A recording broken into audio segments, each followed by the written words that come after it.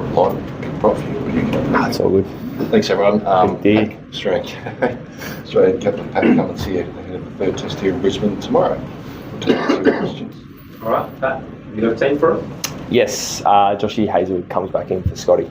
How hard is it to tell guys like Scott after how well he bowled that he's not playing? Yeah, it's tough. It was fantastic in Adelaide, and he's unfortunately spent quite a bit of time on the bench over the last kind of 18 months, and whenever he plays, he's fantastic. So, shame for Scotty, but still a fair bit to play out this series. So I'd be surprised if he doesn't get another crack at some point. Are you confident Josh can get through? Is he going up? Yeah, absolutely. He's had no hiccups. Had a really good bowl yesterday. Had another bowl in Adelaide a couple of days previous. So him and the medical team are super confident. How much is about seeing the squad through this kind of 5-test series? It's going to be really hot here this next 5 days. It's a taxing time, isn't it? Yeah, that's right. You pick your best 11, you think, for that week. Obviously, in the background, you're trying to set up as many players to be ready if you need them for the rest of the series. But no, you pick the 11 guys who you think are going to be best for that week. It's going to be hot here. We've all kind of experienced it before, so pretty quiet, short, sharp session today. Go and get in the aircon. But yeah, everyone's pulled up really well after Adelaide. I know you don't care too much about the opposition too much, but do you expect Jasprit to be there? And as an opposition, you want to face the best, don't you? I know your top order probably, he's the best leading wicket taker in this team in the series at the moment, but that they've all been saying they embrace that challenge, don't they? And you expect him to line up tomorrow. Yeah, that's right. I mean, I've got no idea. I'd imagine so, but we'll see. Whoever plays, obviously, we'll be ready for. The guys always, relish, who they come up against, what the conditions are. I remember going to India and seeing a spinning wicket, and for someone like Smithy, he loves that, that challenge of, when it gets really difficult to bat on. So the batting group's the same. Those conversations, they're always up for it and excited for whatever gets thrown at them. Can you just talk through, I suppose, with Josh, it's obviously a good result getting back from this with a break of only one test match, but even the conversations you were having during Perth Test where he was starting to feel sore and you were thinking, how do I best manage through this? Yeah, it was later on in that second innings, and fair to say, probably thought the game was starting to slip away. We still needed probably 6 or 7 wickets, and we're about 400 behind. So, we've seen it a few times where Josh has kind of pushed through to get through a test match, and a little bit of soreness turns into a month or two injury. So, we kind of made the call then that probably wasn't worth the risk of keeping him bowling. So I think he bowled an extra 2 overs leading to a tea break, and he said it felt okay, and I just kind of thought from there, that's enough. How have you had a good look at the wicket? What are you expecting from each year? Good question. I actually haven't. I was meaning to, and I got stuck talking to George and Ron for half an hour. I looked at it yesterday. It looked like a good wicket, like it has been the last few years. Probably a bit of sun baking on it the last couple of days. I don't think it's as green and leafy as it was, say, against South Africa. So wait and see tomorrow. Fact, nobody calls us the Gabba anymore and all of that, so that's come and gone. Are you like a captain who likes the concept of having a fortress and then defending it, or you don't care about that and it's just a venue that you want to win a test match in? Yeah, it's just a venue, really. We play in dozens and dozens of venues around the world each year, so I think it's always good coming back to a place that's familiar, and as a player you can look back and look at times where you might have scored runs or bowled well on. I think that really helps, but the scoreboard starts at 0-0, the venue isn't the be-all end-all. But speaking of being familiar in this venue, how different is the December test here compared to the 2 January tests that you guys have lost here? I think it's always a bit more humid, a little bit hotter in January, maybe a bit more rain about. I'm probably the wrong person to ask. I'm terrible with memories, and they all kind of merge into one. So Joshy Hazelwood always has some theories that January's hotter and sweatier. But honestly, I can't remember being too different. Crash. You went very hard on the last day of the test, short pitch bowling against the Indians. Do you think that'll be a key tactic again? Yeah, potentially. It worked out in the Adelaide test. So, yeah, it's always in the kind of back of your mind as a bit of a plan B, or, if it's looking really uncomfortable and likely to take wickets, maybe it becomes a plan A to some of the batters. So, it worked in Adelaide, so I'm sure we'll give it a shot at some point this test. Would you sense their discomfort, Josh? Would you sense their discomfort against it? For those, for the tailenders, looked like a wicket was very likely. So, yeah.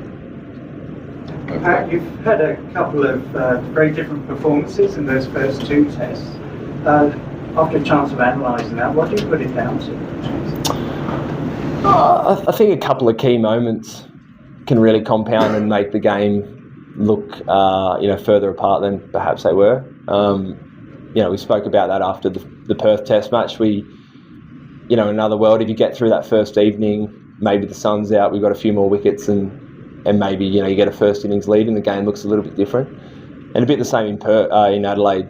The way Nathan and Marnus got through that first evening, and we kind of Trav and a few of the other guys cashed in the next day. That really compounds the win. So I think it's those key moments, getting through them, finding a way, and kind of really setting up the game. But yeah, I think the margins are never as big as perhaps they look sometimes.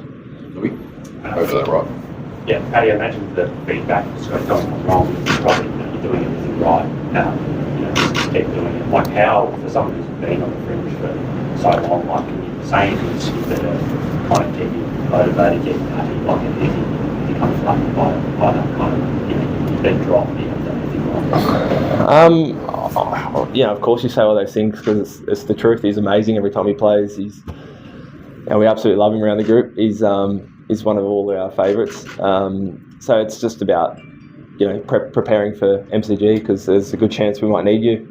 History suggests there's always kind of some form of natural attrition throughout a test series. So the good thing, he's probably played a test earlier in the series than he maybe thought coming to the series. He showed that his standard's still super high. He knows he can take wickets against these guys, so it's just about trying to set him up for those last two test matches. We all love to see that. Can you just explain the reasoning of taking Mitch and Josh away to bowl somewhere else? Is it sort of length of the nets, or what was behind that? Yeah, just purely run-ups. So we've done it most years.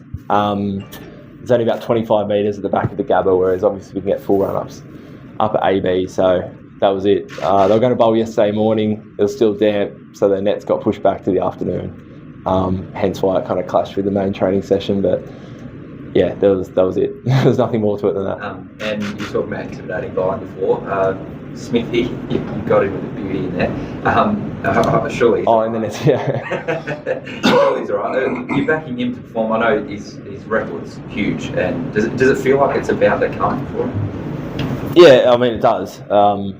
If you look at his record, stats would suggest it's not far around the corner. And I think in particular this year he's looking fantastic in the nets. Just looking really sharp, looking like he's got plenty of time, doing all the right things like he always does. So, yeah, he got caught down the leg side last game. I don't think he can look into that too much.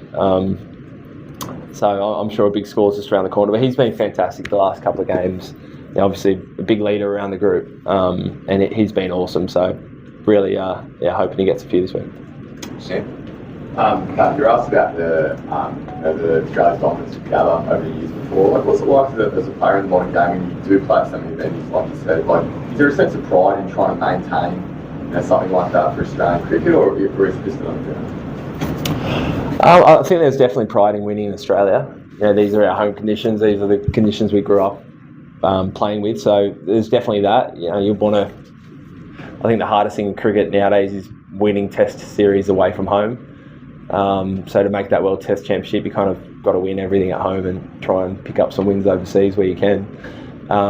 So we definitely go into every home series here expecting to win. That's what we grew up watching. That's kind of the standards we set ourselves, and playing in a familiar venue, it falls right into that. We'll take a couple here, a couple over there, and we'll wrap it up. So, Hi, Pat. Mitch Marsh yesterday suggested that it's better to go after shots than just wait for that good delivery and the inevitable. Travis said in Adelaide played us a similar kind of knock. Given the wicket is lush green and it's going to be a bit spicy, do you think that's the way the batters can actually score more runs and contribute more for the teams rather than just hang around out there? I think everyone goes about it a little bit differently. Trav and Mitch are natural shot makers. That's the way they go about it. For a few of the other guys, they've perhaps skinned the cat a little bit differently, particularly here at the Gabba. It can change from day 1 to day 2 or 3. So everyone's got their own method. I think the most important thing is you play to your strengths, and Trav did that last week. In the middle here, so yeah.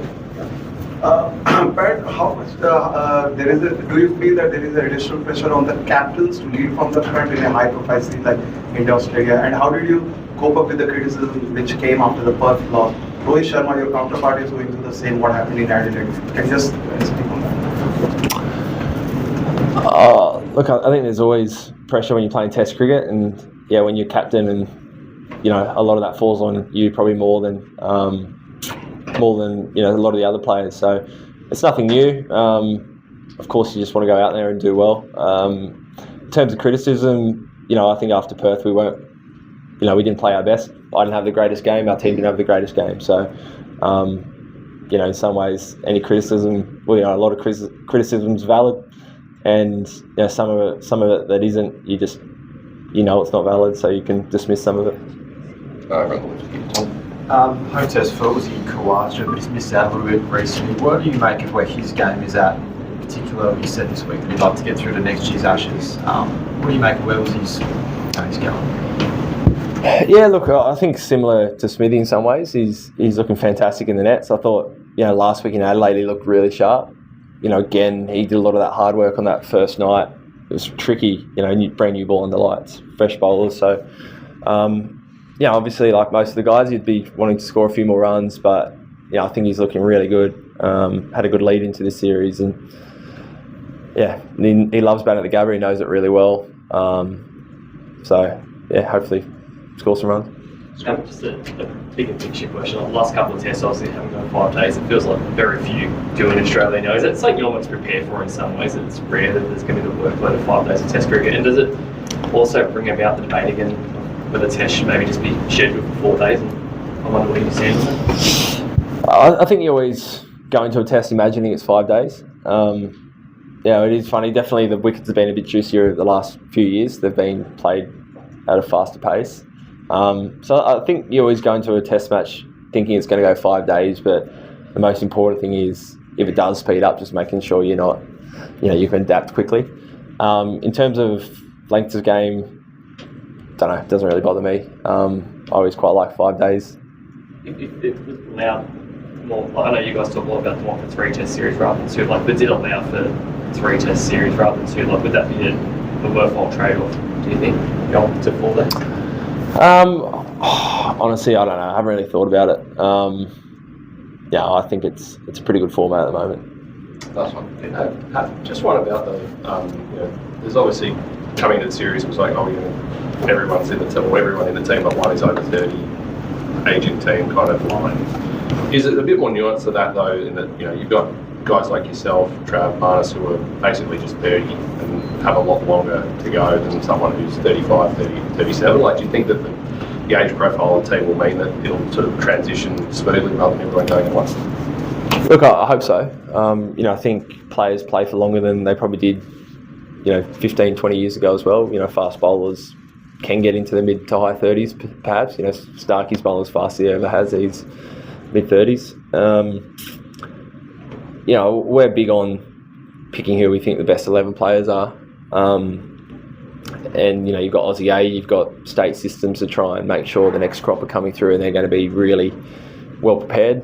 Even white ball cricket gives some opportunities to some younger guys who maybe are on the fringe of the test side as well. I don't think we'll get mass change overnight. I think it will be spread out over a couple of years. And nowadays there aren't really any series where you can afford to kind of just blood players for the sake of it. Great, thanks everyone. Thank you. Thanks a lot. Thank you.